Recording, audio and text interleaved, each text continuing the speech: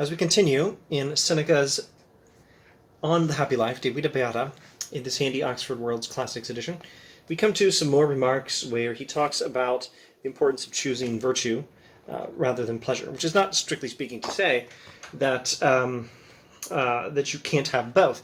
What it is to say is that virtue is the purpose of life and pleasure is not. Whoever has joined the ranks of virtue has given proof of an honorable nature.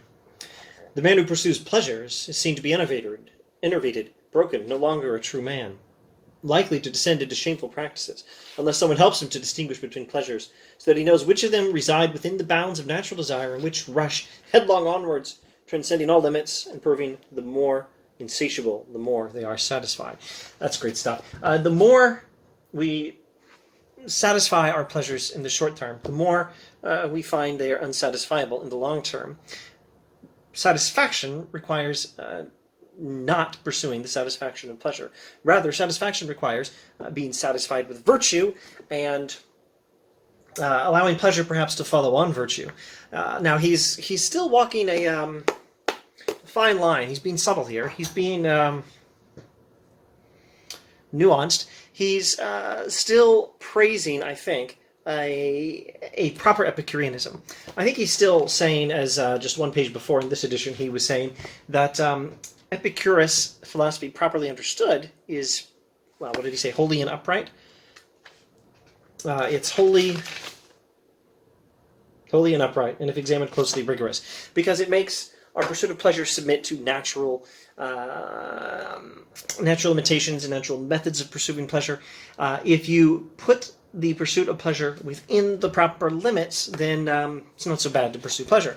All the same, he's not really advocating an Epicurean pursuit of pleasure. He's saying, by all means, learn from Epicurus on the importance of virtue. If you want happiness, you must be virtuous. Learn from Epicurus on the importance of making sure you do not pursue pleasure without regard to natural limits. Always submit to natural limits. But I don't think he's quite agreeing with Epicurus. He's praising Epicurus, but still subtly disagreeing with him, while fiercely criticizing certain Epicureans and waging and employing Epicurus teachings themselves against those follies of the Epicureans. Okay, so whoever has joined the ranks of virtue is given proof of an honorable nature. The man who pursues pleasure is seen to be enervated, broken, no longer a true man. The pursuit of pleasure leaves us unsatisfied.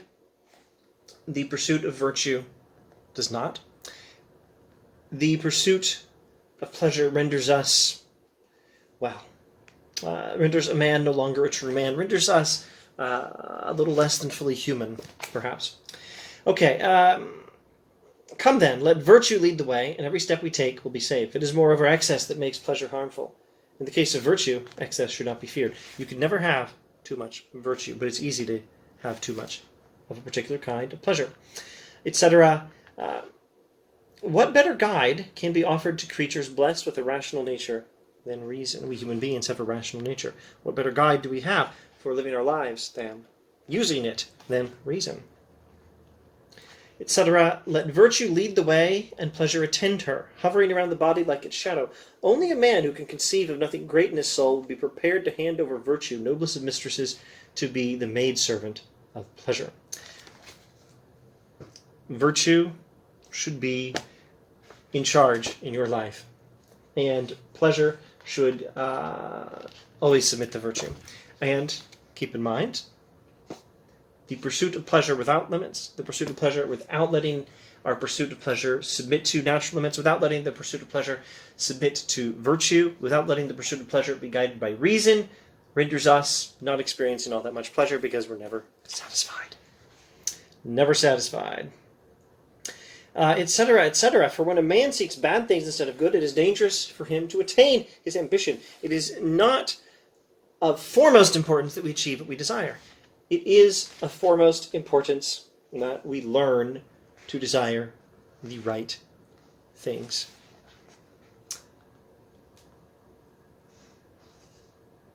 That's probably enough. We'll stop there.